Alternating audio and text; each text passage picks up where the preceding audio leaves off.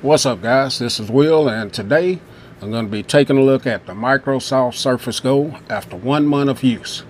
So I did a week review of this device, and I was loving it back then. So let's see how I feel about this device now. So let's start off talking about how the device has held up physically. So this device has a fantastic build. So far it's held up really well. No scratches anywhere on the device at all that can be seen. As you can see, I only carry this thing in a sleeve, and it's held up well. The buttons on here are still, and hinge are still in great shape. As you can see, no problems with the buttons or anything. Nothing's loose, nothing wobbly or anything like that. And surprisingly, the string on this device has held up well. No scratches. I don't have a screen protector on it or anything. So as far as build quality and the way it's held up physically, I'm very impressed with it. And I'm not kind of babying it. I throw it in my little sleeve, throw it in my bag, and keep it moving. Let's talk about the battery next. So I'm getting excellent battery life out of this, but I've seen other reviewers say that the battery life on this thing is trash. And I know battery life is subjective for different people, but I get great battery life out of it. It charges fast with the proprietary charger that they have here. It also charges well, pretty fast with the Type-C charger as well on here. So and battery life, like I said, is just going to depend on the individual. But I use mine pretty good, and it works well. So let's talk about how I use this device day to day and how it performs. So for me, I mainly use this for media consumption. Netflix, which of course works great on it. YouTube also works great.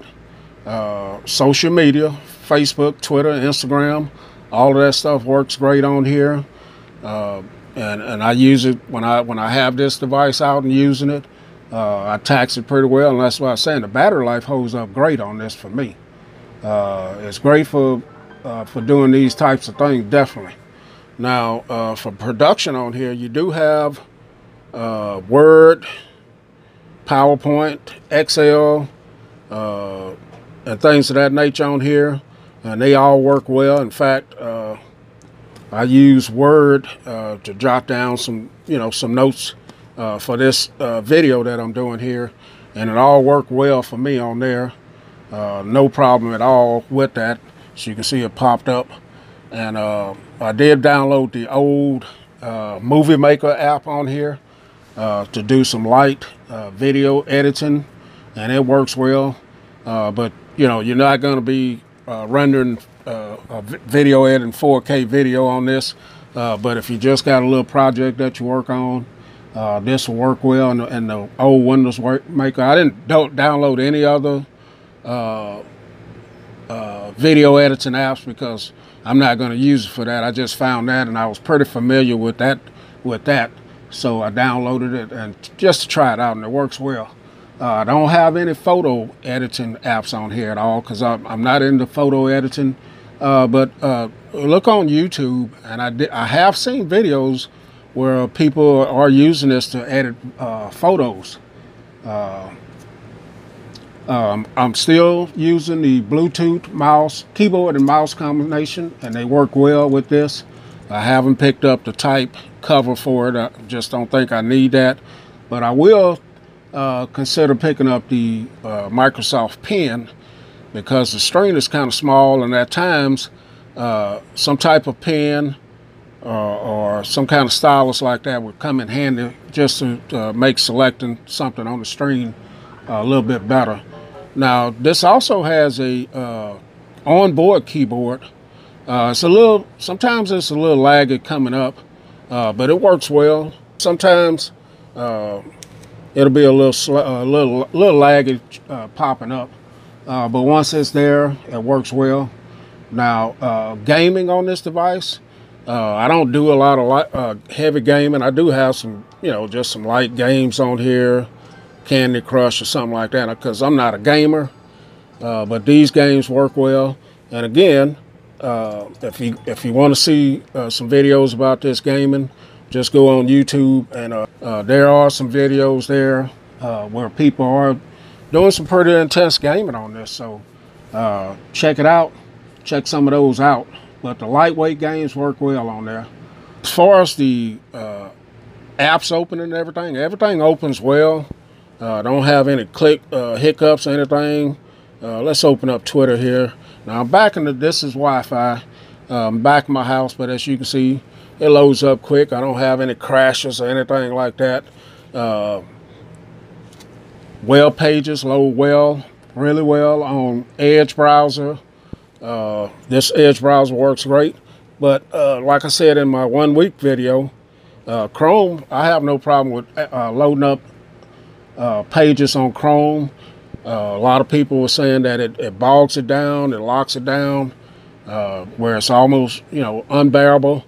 But as you can see, let me open up a couple of 2 or 3 here. Now I'm not running 10, 12 pages open at a time on here, because I know this has a Pentium Gold 4415Y CPU, and that's not the speediest CPU out there, so I know it's not going to be. But as you can see, I got a couple of them open there. I can run about 4 or 5 of them, and with ease and no problem. So just know that that processor is not,